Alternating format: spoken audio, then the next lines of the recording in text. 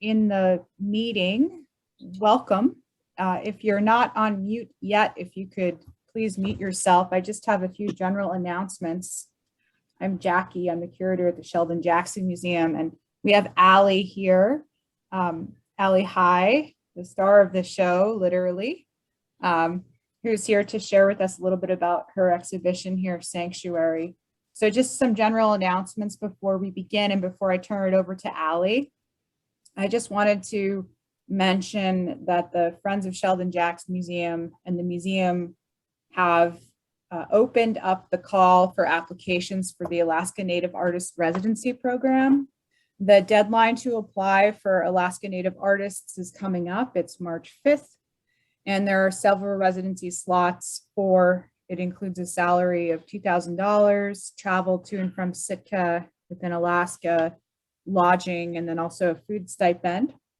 And if people want more information on that or want to share more information on that, I'm going to type the web address from the Friends page into the chat. So people are welcome to copy and paste or click that.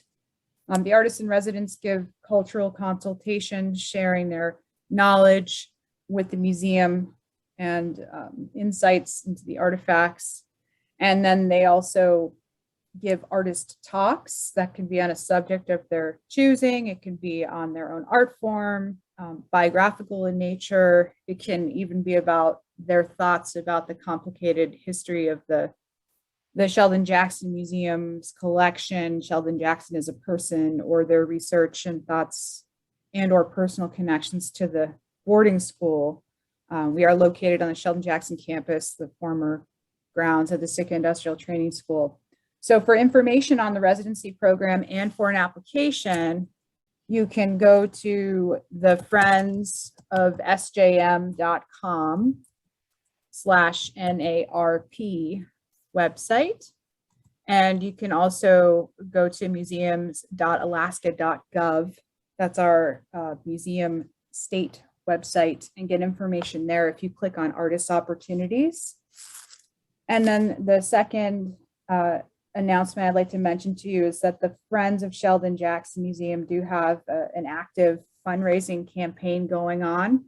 It's a really exciting campaign, thanks to two donors in Texas who are willing to match the Friends fundraising efforts up to $25,000. So if people have interest in supporting the Friends in raising those funds, that they can continue to carry out their mission, which is basically to support the Sheldon Jackson Museum and all that we do here. They focus on advocacy, education, acquisition of art forms, bringing wonderful speakers like Allie High, for example, to the museum to give talks or to deliver that via Zoom. Then you can visit the Friends page. I'm going to type this in if you're interested and want to get more information about their campaign. It's friendsofsjm.com/match. So those are two different things to check out. And then I'd also like to draw your attention to our next upcoming artist event, which will be a talk on Saturday, March 12th at 2 p.m. We're going to have storytelling with Allison Akuchuk Warden. She's a Nupiaq, and we worked with her before. She's been an artist in residence, as has Allie. And she's going to be telling some traditional Nupiaq stories, including one about a 10-legged polar bear. She's a force to be reckoned with in her delivery, and she's also a USA Art Fellows Award recipient and has done all sorts of interesting projects in Dubai and all over the world. So without further ado, I'd like to introduce you to Allie. Allie High has an artist, Alaska Native artist solo show, Sanctuary, here at the Sheldon Jackson Museum. It's officially opened today and installed, so we'd encourage the public to come and see it whenever you're able to. It'll be up through April. Allie High is a Tsimshian, Haida, and Alutiiq artist. Her family is from Metlakatla and Untitled, and she grew up in Southeast Alaska. Her artwork is a direct reflection of her cultural background and the merging of these cultures. the natural environment of Alaska, and her background in teaching. She seeks to build upon traditional art symbols and motifs to further define the contemporary world and share the beauty of Alaska's diverse cultures through the mediums of glass, wood, metal, and printmaking. High has studied under master carver Jack Hudson, Nathan Jackson, Marvin Oliver, Dolores Churchill, Bill Holm, and Steve Brown. Although her training and artistic focus has primarily been upon Northwest Coast mask carving, printmaking, and designing, her unyielding creativity has led her to expand her repertoire to include beadwork, caribou tufting, and experiment with combining a variety of mediums together in her artwork in recent years. This fusion of art forms and her many sources of inspiration are evident in her recently awarded Alaska Native Artist Solo Show exhibition, Sanctuary, at the Sheldon Jackson Museum. High's artwork is in the collections of the Anchorage Museum, the Tongass Historical Museum, and various corporate and private holdings. She's represented by the Stonington Gallery in Seattle, Washington. Formerly an art teacher in Alaska public schools and universities, High has taught at various museums, and as I said previously, been an artist in residence at the Sheldon Jackson Museum. She currently resides in Eagle River, where she focuses full-time upon making art. So without further ado, thank you so much, Allie, for being here and for your wonderful artwork. We'd love to hear more about it. I'll turn it over to you and put myself on mute. All right, just checking to make sure people can hear me. And if you can't hear me, somebody needs to let me know. We did a sound check. All right, well, thank you so much. It's just a joy to be able to be part of this museum experience with Sheldon Jackson. Some people don't know that I lived in Sitka for a year. My parents met in Sitka at Mount Edgecombe, and then Sheldon Jackson. I think my mother was missing a few credits or something, the story goes, but my parents met and were married. And I attended 1 year of high school, so I enjoyed my time here. It was a very trying year, but it was the worst of times and the best of times all in the 1 year that I did live here. I've lived in Southeast Ketchikan, grew up, and left for Washington State, I think when I was 13. And I think looking back, I think it's very, very, I don't know how to describe the experience, because when I was in college, my art department as an art educator started pointing me towards my rich culture. And her husband was the head of anthropology and native studies at the University of Oregon. And the two of them just started directing me towards my culture. Now, I knew about my culture, but that was from the point of going to Saxman and Ketchikan and playing hide and seek with the totem poles and a totem bite and playing in and out of the clan house. And just kind of a superficial lack of knowledge about what these were. And it wasn't until college, and I'm a late bloomer, I didn't go to college until I was 28, to find out about my culture. I knew that I wanted to be involved with theater and mask making when I was very young.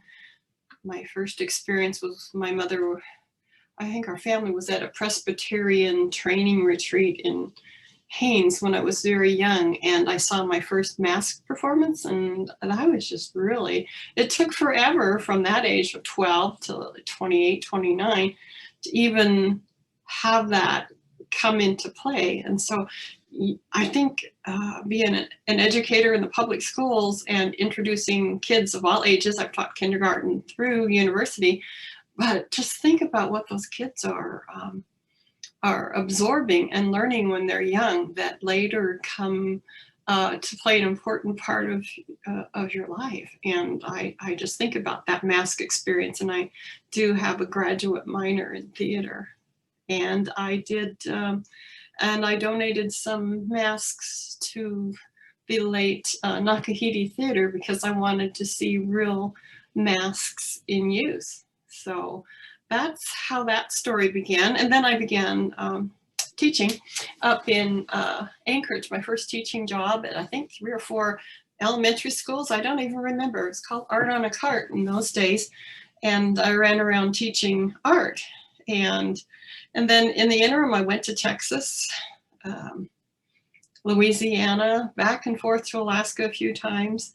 And I've been here for a long time now, maybe 18 years in a row anyway, because I've spent time in and out.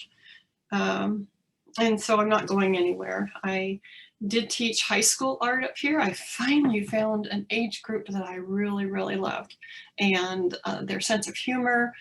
And it was just a most wonderful experience. So I spent 9 years. And it will probably surprise some people that I taught pottery. You're going, where's her pottery? Well, I have some, and I have a wheel, and I have all that.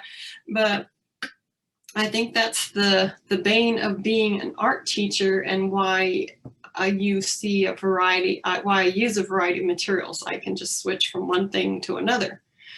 And maybe I'll throw you some pottery, maybe I'll carve, maybe I'll do some design, maybe maybe I'll do some jewelry, you know. And so I really envied the people when I was in education working on a Bachelor of Fine Arts degree at that time, because they could present a portfolio of concentrated work. And I didn't have that. I was all over the place. I could do leather, I could do macrame. I mean, I could make something out of cardboard, you know. And here they had these wonderful pieces of art, a collection. And I really think that is part of why I wanted to do this show when I applied. I didn't have that opportunity to concentrate. And I really tried my best to concentrate, but I taught 4 or 5 different subjects a day, so it was still lacking. And I think while I was teaching, I was a mask maker. I think my first mask came about with Jan Steinbright. They're from, I didn't make it for that, but I think the first sales and things like that were facilitated through Alaska Indian Arts. And Alaska Airline purchased a mask in 1990. And before that, the Anchorage Museum. And so I look at those pieces and they are just, you know, I've been there forever. I started out as a mask carver, and as a teacher, I just couldn't make enough masks for the people that were interested. Now, when I started, I think I apprenticed with Jack Hudson 1980 something.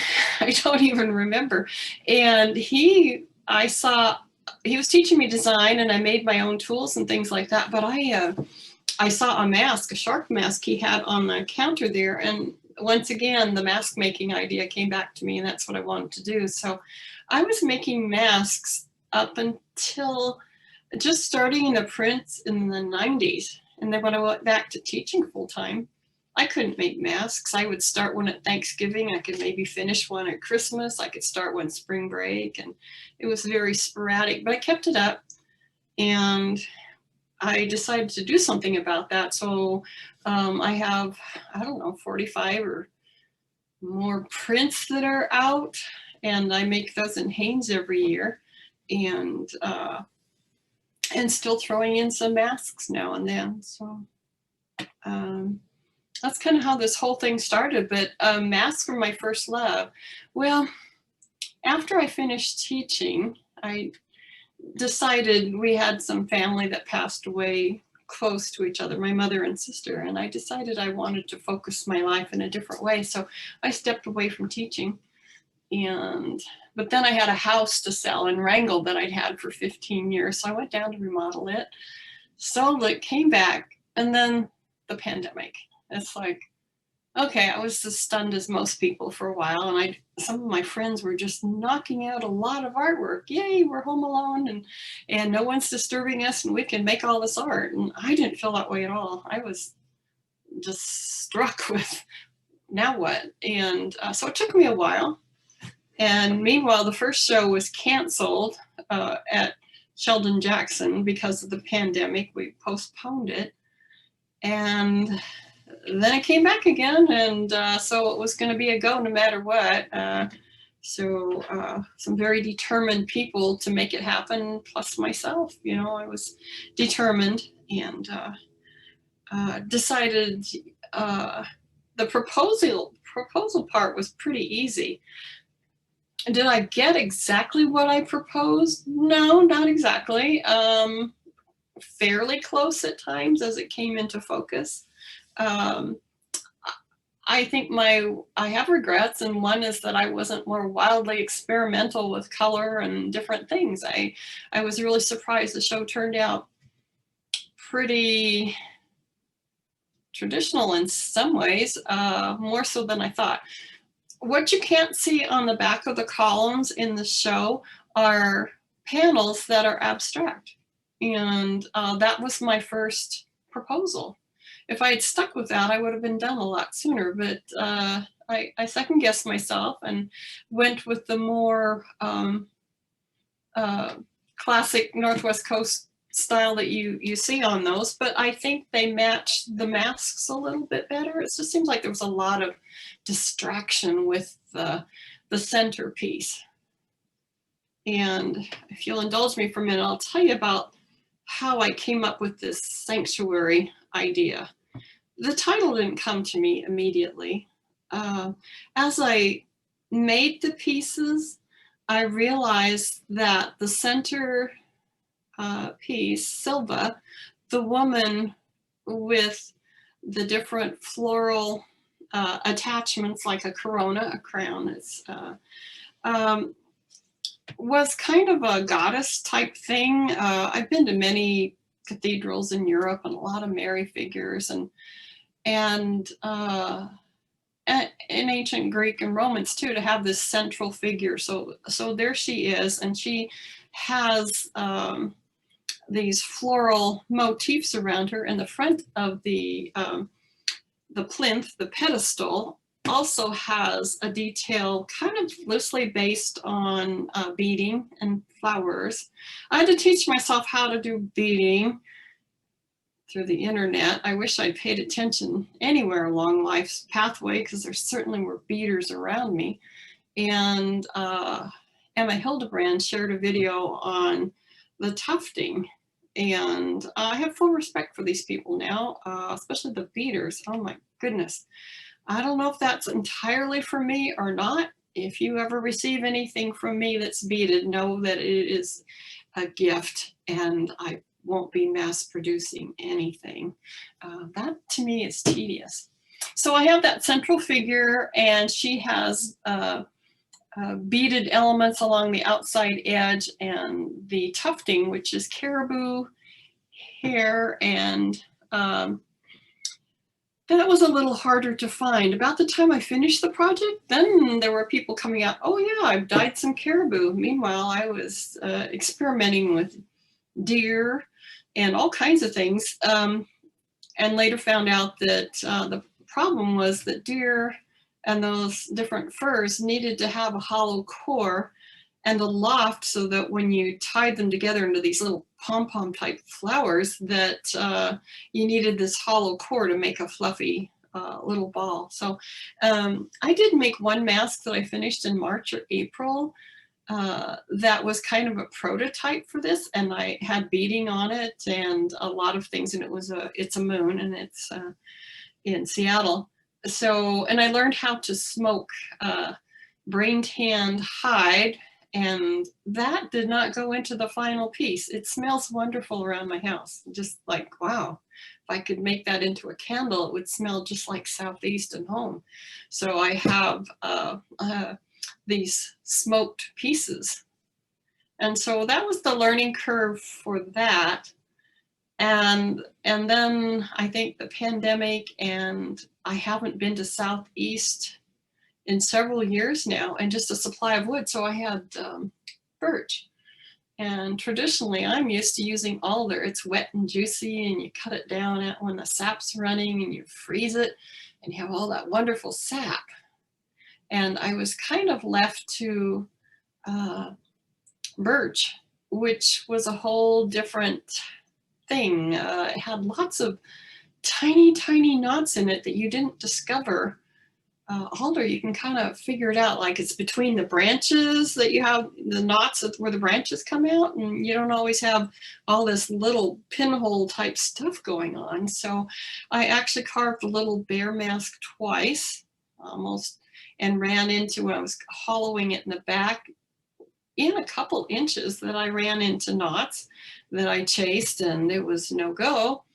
So I started the next one, also hit knots, and I had to pick and choose. So I had to make the ears detachable and carve them separately. So that's what that was about. And so because I was limited, I had to make these as a little bit smaller masks than I desired. And so I had a cub and a wolf cub and a bear cub. And that's kind of how that came about. And that went on to make the triptychs on the left and right of the display. I have a big art history background. I think if I could have been an art history professor, I would have loved it.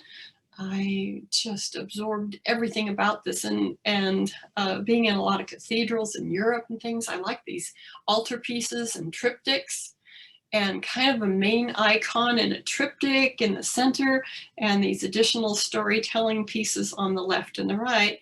I also lived in Texas, and kind of this little, the idea of a retablo or an altarpiece came to mind. So on the left and the right, I have a main icon feature, and I have a mountain.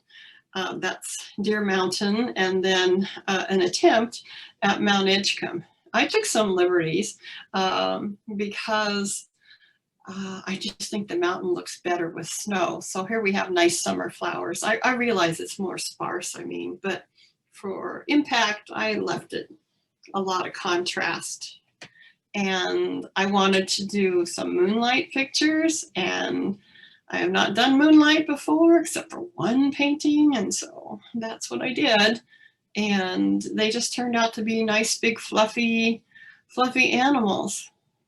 So the idea of sanctuary with kind of an altarpiece, a centerpiece, the triptychs, you center on the center icon, and the rest is the sanctuary part of living and being in the forest. I worked for the Forest Service out at camps and different things, but I grew up, and I have this thing about ferns. I have some motifs. I have ferns, and I have kind of Sitka roses is what I was thinking about, the Silva woman's mask. But the joy of being in the woods, and the skunk cabbage and the salmon berries, and I developed a lot of allergies as a child because I think kids are out in those woods eating and peeling, eating all kinds of things.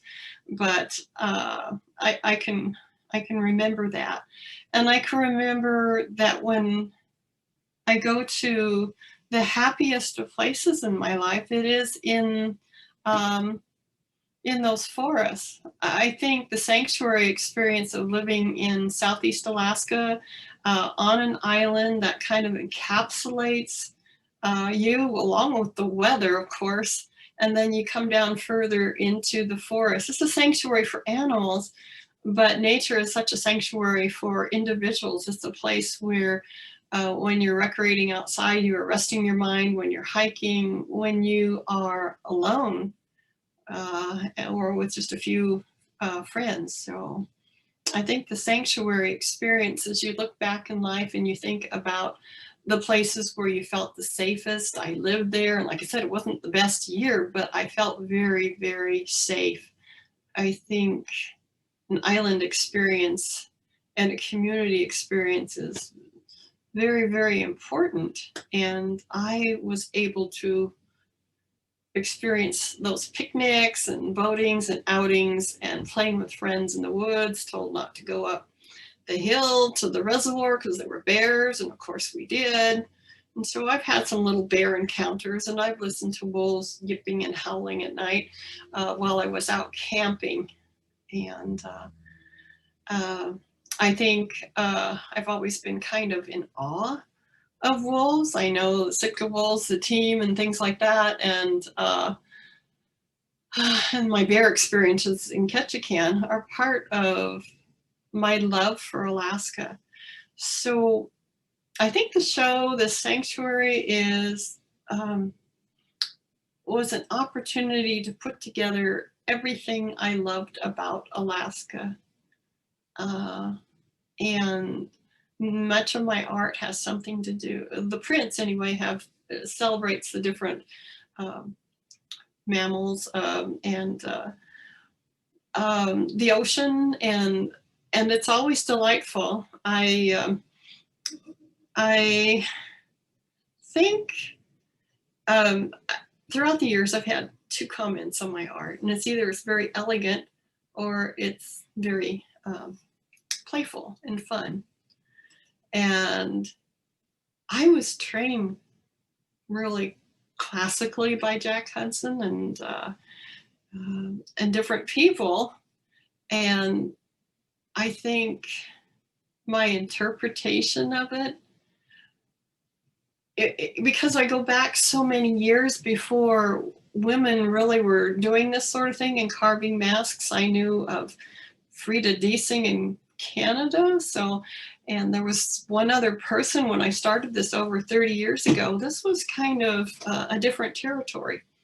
I lived outside. I lived in Oregon and at the time, and I didn't really realize too much about the textiles, and Shel Samuels was doing weaving, but that was just coming on. And the materials, I think getting the materials to do things in the day was hard. You know, I had to have a friend cut down a tree and I had to freeze it. And I think I'm just indebted to Jack Hudson in Metlakatla, because I went down one summer and spent about 3 weeks down there and learned how to make tools. And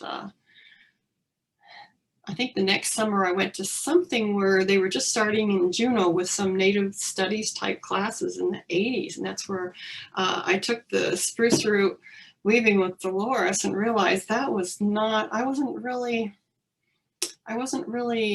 charged to do that sort of thing. And living in Louisiana and Texas, I kept carving masks and things, and I would chip wood down and put it in a freezer and work on that supply of wood.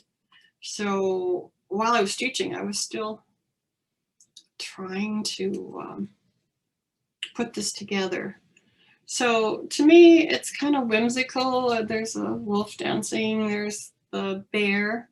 I have a duality in my, I mean, not duality, but I have twos in my art. Often there's a mother type figure, and I have one son.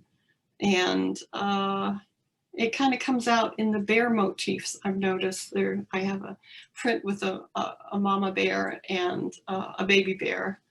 And I think with the triptych, I have those two bears.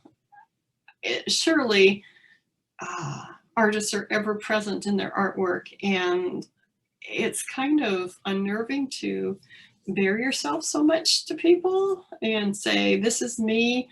I love happy, whimsical moments, kind of a romantic notion of being a child in Alaska, because I left when I was 12 the first time, and then I was back in my 20s, and then just to look back and think about all those experiences of camping in those woods and hiking around in those woods and enjoying the solitude of that experience. So I've just rambled on, and I thank you. I don't know what the length of time for this discussion is, so I guess I could open it up to questions. Is that where we go from this part? Allie, I actually thought it might be nice to share with the people online some imagery from the exhibition itself. I know that they're not here in Sitka necessarily, can't necessarily see it. So if you'll allow me to, I'm going to share my screen and pull up so that you can sort of flip through. There's also a list of links that will show how people can access things like higher quality images of the exhibit, which will be posted on the Alaska State Museum website in the future. We're having a professional photographer capture some nice shots. And then I also have included links to your Facebook page for Allie High Art that has that wonderful video that you took of the gallery space, and your website as well. So just bear with me and I will share my screen here. Yes, I think the space was quite challenging. It's, if you get to the Sheldon Jackson Museum, it's where the store was, the retail store, and it's kind of a triangle. And the limitation of cases, I had some great help from the State Museum, Aaron and Jackie over there, and of course Jackie and Sitka, of making some new kinds of display areas. There were long tables with glass, and I didn't know how to fit something in that particular corner that would give it some dimension and height. And so I made those pedestals, which to ship them down was kind of an issue. The boards warped with the dry weather up here as the season progressed, and Aaron helped me put those back together, and along with my brother-in-law. So they knocked down perfectly flat, but I don't know, it's quite a distance to try to move things and set them up. So I wish I could have been down there for the show, but it was either set up the exhibit or come on down. So thank you. Okay, so there's. All right, can everybody see the share screen?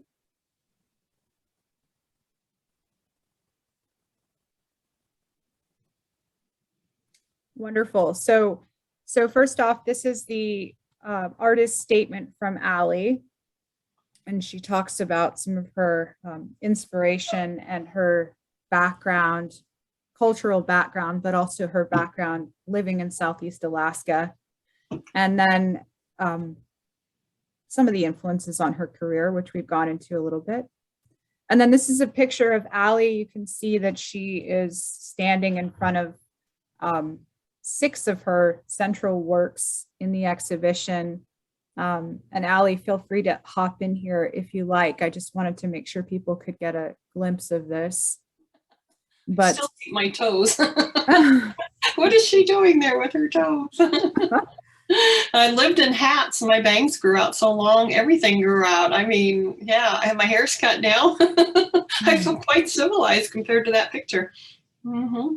And then I guess what I was talking about was that central figure. And I think in some ways those are all self-portraits, you know, and that's the tufting up there and the beading along the edges. I do not believe this has been done before. This is a combination of Northwest Coast and Alutiiq heritage. I was part of a show in France, but I sent a glass piece clear to France, of all things. But I was, the first time was my real exposure to a collection of Alutiiq masks from the Sugpiaq people. Kodiak, my family is from the Kenai Peninsula and in Ilchik. There's still that influence. So the use of feathers, the more movement, the better. The hoop on there is open.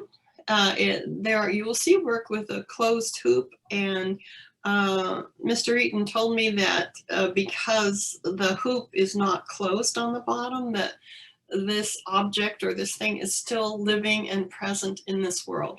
So that's what I have. That's steam bent, and there's the moose hide that makes the little tufts and the beading, representing more northern cultures. I've been up here a while now, and I'm starting to feel like I've been embracing this part of Alaska more because I've had opportunities to do that. And so there's a fern on the cheek. I don't know, maybe we can go to the next one. I don't know what you have exactly. Oh, my little friend.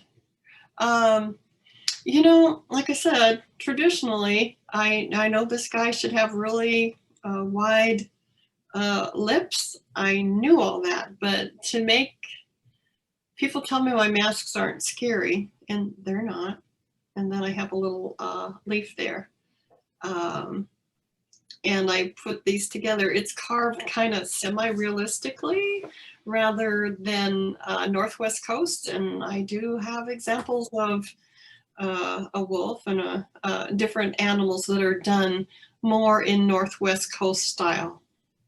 This is, he looks a little blotchy, but that is the wood did have a lot of discoloration from it. This wood was fresh, and I don't really know what exactly became of it, but it is hand carved. You can see all of the, because these animals have a texture to them, I carved them with texture. And so, and this is a wolf cub, correct? It is supposed to be a young wolf, is that right?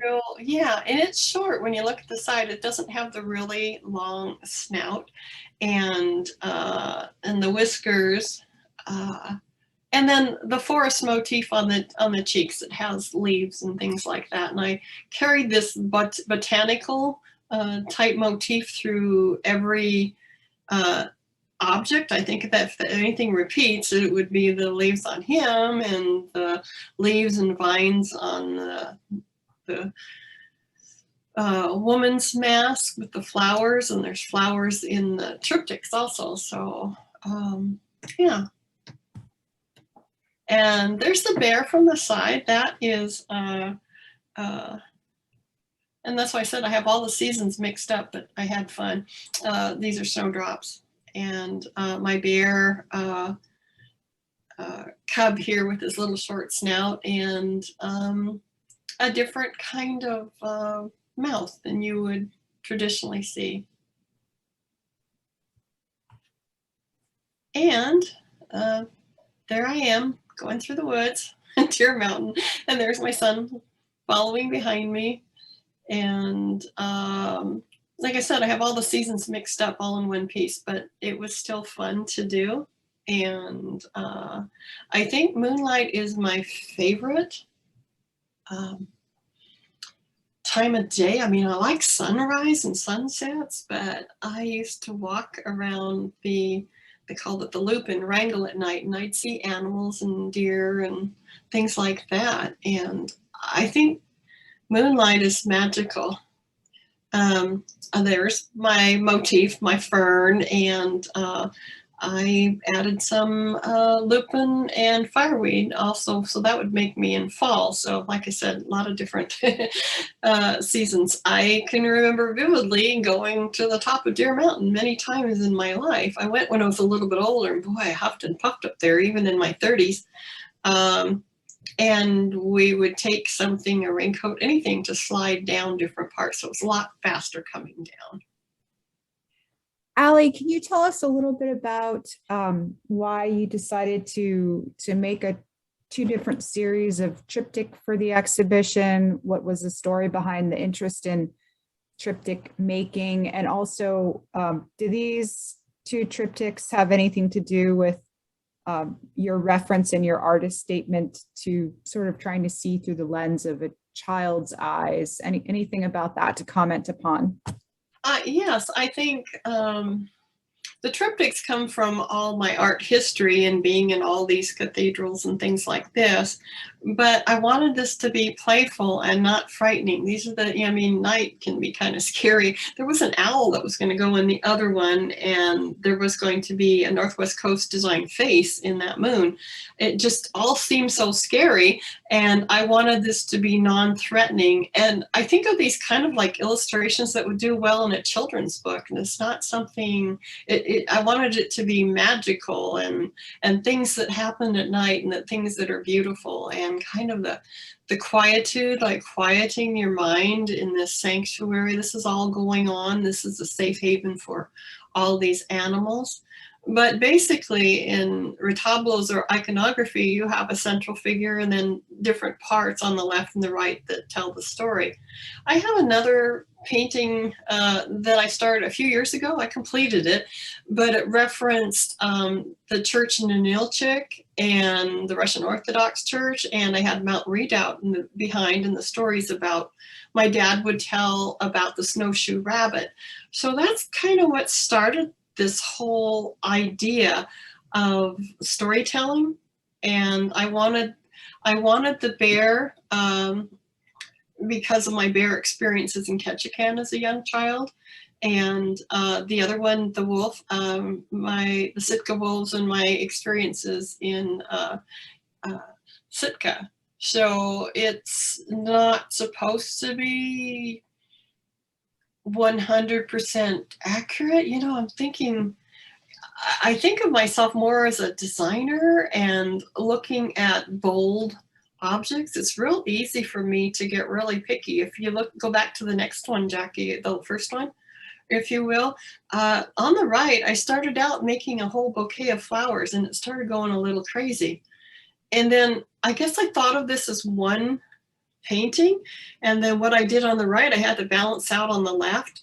And so my two favorite pieces probably would be that little bear on the left, and on the wolf picture the little the bird, the raven, which is my clan, on the other side. So I feel like they tell a fuller story, and I just love the magic and the dreaminess of the colors rather than putting every leaf on every tree. I mean, you have some detail in the foreground, but I think it became a real puzzle how I was going to do this, and even think about how I was going to do moonlight.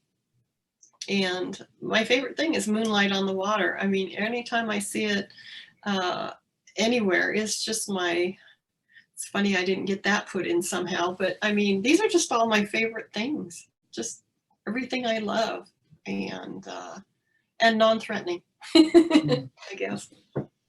And then Allie, if you can talk a little bit about the experience you had and your work with your brother-in-law to create these plinths, which was ingenious. I'll focus on one detail of one of the plinths, and then I'll go back to that original image with you standing in front of the three. You're actually kind of standing in front of the one image I'm going to show the detail of. So I'll flip from the first and then go to you in front of all of them while you share information about this process. Okay. Thank you. Okay. This is just the front, and it's supposed to simulate beading around the edges. I think if I had more time, I would have really overdone this and, you know, trying to simplify it. But each box plinth had 4 sides. 2 sides are painted. Like I said, the back side you can't see of the wolf and the bear. And so these knocked down flat. And the museum in Juneau was able to design some bonnets that would be screwed down to protect these pieces. But when I shipped them, they probably didn't take up, Jackie's gonna laugh, 12 inches of actually wood space, but the actual box that came in looked like a large coffin sort of thing. And I hadn't packed before, so it was an experiment. My brother-in-law is a pretty skilled woodworker. He's built his own boat. He built a canoe out of strips, different building structures. And I think the problem was, how do you get something like this to Sitka? You can't, it's hollow inside, and how do you ship this? So there are grooves on every side of these front panels, and you slip the panels down. Now, we had a prototype and it was half size and everything fit perfectly in August when we built these. And so the three of us got together with the problem, how do you make something that's portable? You could always put different images in these. You could switch it around. And when I put in the proposal, I certainly didn't think about much because I put in a rather hasty proposal with a lot of really bright ideas without an inkling of how I was going to do it. So I guess I thought I was going to get on the ferry with these boxes originally and just bring them over. And then when it actually came about, it was like, oh my Lord, these have to be flat. And how am I going to get them there? So they became flat and collapsible. It was truly a combination of me, let's see, my brother-in-law and my sister, just to think, how are we going to do this? And he was able to pull this off. And I'm very indebted to him. And then they worked. And when I did another dry fit run in December just to check them out, it was like, oh my Lord. I started reading everything about flattening boards because these are 1/4 inch plywood birch. And there are some little pins in each corner that hold the boards on the framing together. And I don't know. I did work with stage and things like that, so I had some bright ideas, but I think this was an interesting solution. Although I wouldn't recommend it if you don't want to be worried about boards warping, but yeah. So just so everybody has the full understanding, Allie came up with this great idea to create these plinths, these stands, which you often see these in museums supporting different artifacts. There'll be a mount and then an object of some kind, and then a plastic clear bonnet or plexiglass cover over here, which she referenced before. So Allie's brilliant idea was to make designs on 2 of the 4 sides of these plinths. But as she said, because shipping was challenging getting into Sitka, she and her brother-in-law opted to take 4 pieces of thin plywood, basically, and to have those be the walls of these essentially tall, round cube / rectangular like forms. So 2 of the 4 plywood pieces were painted by her. And there is a long, slender corner piece on each of the 4 corners, and those have grooves. These rest upon metal pins that extend up from the base in each plinth at all 4 corners. They stand upright, and then you can slide the decorated piece or the plain piece, as you can see 2 of them are plain, into the groove sections, and then place the bonnet cover atop, along with another piece of wood that's screwed down and attached, and then the mount with the actual mask upon it. So it's this really great way, you can ship all of these components dismantled, like she said. And we've never had an artist work with us before who came up with an idea of actually turning the exhibit furniture into actual works of art. So it was just brilliant, Allie. And Wow. It was wonderful. And I think that Erin and Jackie of the exhibit staff in Juneau will be thinking about this kind of concept in the future, maybe when they work with some artists. Well, it was kind of fun, but I wanted some of these pedestals, and most galleries have white or black. And so I decided to make these because of the 8 feet 6 inches. I just could not figure out with masks how to make a bold statement with small masks on walls, and was like, what was I going to do? And so I think this is pretty colorful when you come in the door. It's kind of a little bit much even to me. It's like, oh yeah, there it is. was not the shyest of presentations to have these big boxes out there, but I love them. I mean, I can paint different panels and slip them in for a long time, and I don't know, it's kind of an added idea. I liked it, but I think the woes of the warping panels and cutting bigger grooves, and that was stressful. I don't think there was anything that wasn't stressful trying to do an art exhibit during a pandemic. We're always out of supplies, waiting for this, waiting for that. The price of wood, as you remember, went through the roof, and they were wanting $70 per sheet of this 1/4 inch plywood, and I needed a lot of it. So I probably had $500 or $600 into the materials for these plinths. And I'm just glad it worked out. These are loosely based, of course, so when you look at the shape and things, on bentwood boxes, but not, you know. And if I had more time, I probably, in my little detail world, would have added some operculum. I have some here, and I was ready to do it. So, but I think the hardest thing as an art teacher in the public schools and universities and things is to be able to get people to simplify. Northwest Coast art is just very, very busy, can be, and just not to add too many details. And everything changed. I was telling Jackie in the little preview when she and I were just chatting, doing a sound check, I said, well, now I have a million more ideas, you know, what to do and where to go with this sort of thing. These were supposed to have been smaller cubes, and you know, so is there anything else you want to? Sure. I'd like to open it up to questions. I'm going to pull up a slide that has links to where you can get additional information about the exhibition. I'd encourage you to go to the Facebook page for Allie High's artist page. You can see a short video clip of the exhibit there that she took herself. Thanks for doing that, Allie. And then also obviously check out her website to see her other artwork. The pictures that are professionally captured by a photographer are going to be posted to the museums.alaska.gov page in the next few weeks.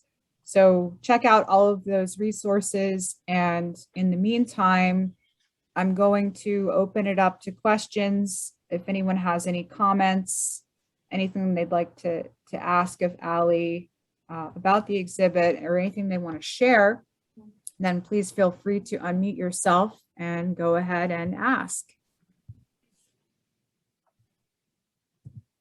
Hi, Allie. It's Jan Steinbright. Jan, I know, my longtime friend. Congratulations on this exhibit. It sings. It's really beautiful. I thank you, Jan, for being an inspiration for me in the early years. What were we, in the 80s, late 80s, 90s? Oh my gosh. We couldn't believe there was a female mask carver out there. We had Diana in the 80s. I know, isn't that weird? Well, there was, oh, and who's the wonderful woman carver at the time that was Northern? I can't remember her name, but I can, Carlo. Susie Sulik. Yeah, and then there was a Carlo lady, last name. And, but I mean, in Alaska, I just kind of bypassed, this isn't exactly what women do, because I was at the University of Oregon trying to figure out how to carve a mask. And they didn't know in the sculpture department, so they had me buy some gouges and things. I laminated some straight cedar together, and I proceeded to try my best to make a feast bowl in well, it might have been I don't even know when, 80s, mid 80s or something. And it was the most wretched thing. It's a wonder I didn't give up then. And I'm glad you didn't. And another thing I wanted to mention, Allie, is thank you for crediting your high school teacher, Jack Hudson. We can't underestimate the importance of people like Jack at that stage in young carvers' lives. He has influenced so many people from Metlakatla, and I'm so glad you mentioned him and gave credit to him. Oh, well, yes. And Hey, it was, Allie, I want to go. Yes, ma'am. go into that abstract work that you want to do.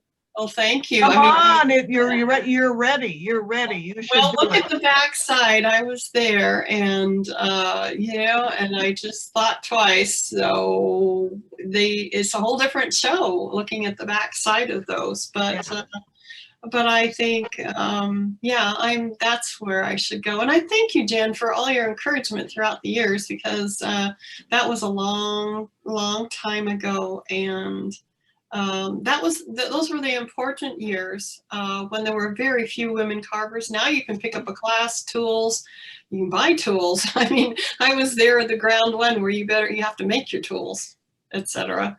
And to find teachers that would teach me was through the Alaska State Council on the Arts. And I was working through the Anchorage School District, my first job in 1982 or 83, and she'd heard about that. And I applied, and I went down to study with Jack Mann, and it was just two-dimensional design. And then a couple years later, I was in Juneau, and it was Marvin Oliver who did the mask making class. It was a 5-day class. I mean, what can you get done in 5 years, you know? I mean, 5 days. And we did our best. And Jack was in that class too, so he helped. But I walked away with an unfinished mask, and everything else I kind of had to figure out myself, which wasn't easy.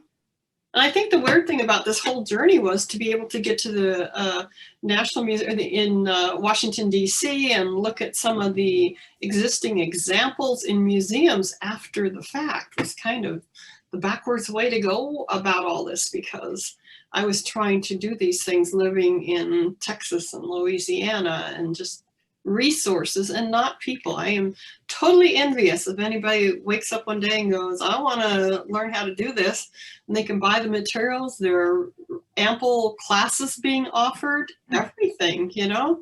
Mine was just determined trial and error to figure this out. So maybe that's why there's a bit of interpretation. I haven't lived in art communities where the constraints and the clan constraints are strict, and so I was able to kind of play around and investigate a little more contemporary ideas. And thank you for sending me off to the Stonington Gallery, who accepted these little more modern interpretations at the time.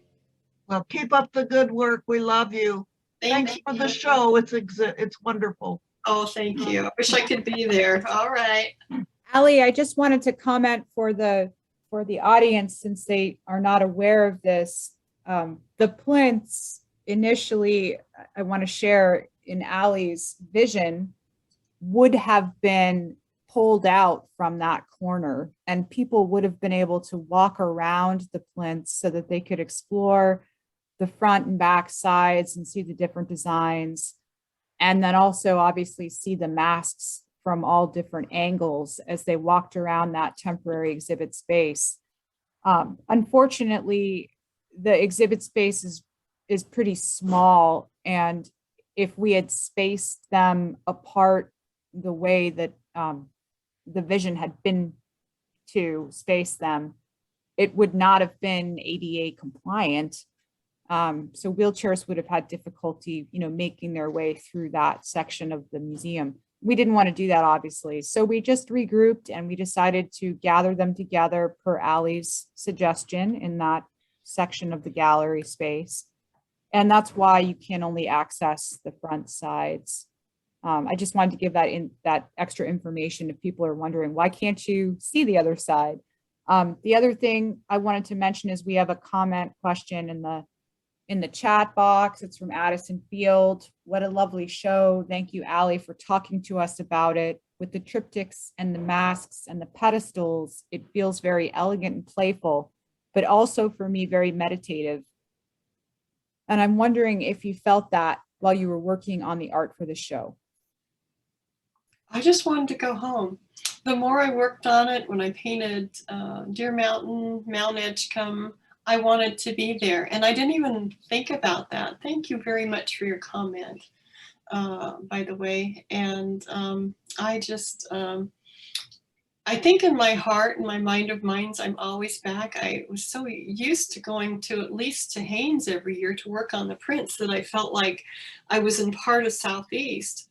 And the part that impressed me most coming from the Haynes side, Yukon Territory and everything, is when you descend that big hill down to Customs up there, you go from kind of this scrubby grass hilly area, but when you start descending down that hill, you are just inundated. Usually I go down in June with 3 feet tall ferns, and so fern have always been my favorite object, and I've made a whole mask based on ferns. That is, to me, that and the big trees just signifies I'm home and homecoming. You know, it just, until I got on the plane early on the morning I was flying down here, the thought of actually getting to be home really started to overwhelm me. And when I was there, I grew up in Ketchikan, right? So I think I know rain, but the 4 days I was in Sitka, I don't remember rain like that. I couldn't even get an umbrella good enough to go anywhere, all but one afternoon. But it's a wonderful feeling to walk and look at the harbor and feel home. And I think I wanted to do the exhibit because I think any reason to be in Sitka feels like home to me. There's a couple places in Southeast that seem more home, and Ketchikan with Deer Mountain and Sitka with Mount Edgecombe were the calling points for my experience in Southeast. Does anyone else have any questions for Allie? Questions about the show or about her inspiration? No? Okay. Well, thank you everybody for attending this talk. Thank you so much for all your hard work, Allie. You really pulled off a tremendous show. Thank you. I have some ideas, and thanks, Jan, for the second on the more abstract. It's all storytelling, and anyone who lives in Southeast appreciates the beauty of where we've grown up, that solitude, that place to go where you feel safe and secure among your community and your friends, and sharing it with those animals. I mean, I feel like a child every time I create. I really do. I mean, I don't think I have the lens of an adult, really, not too much. I mean, art school, some sophistication with shading and things like that, but I'm right there walking through the fern and listening to the rain, and just like everyone, and it's just a reason to be home. I guess I'm always looking for it. South Central has its own beauty, and I've come to appreciate it, but my heart is always home. So I left part of me in Sitka, and I feel very full circle. I lived there. I participated in Artists in Residence, and I've been there, and I can't thank you enough for letting me do this. It was a great retrospective of a very wonderful life growing up in Southeast. You all are living it, some of you, and I'm very, very envious of that. It was hard to give up my home in Wrangell, but I have other reasons for being up here. So thank you again. Thanks, Jackie. Thanks, Erin. Anybody over in Juneau at the museum that helped facilitate this, my profound thanks. It was enjoyable. It was hard, harder than I thought. That's for sure, but appreciative. Thanks so much, Allie. Have a wonderful day. Thank you everyone for attending. Thank you, everybody. Aw, thank you.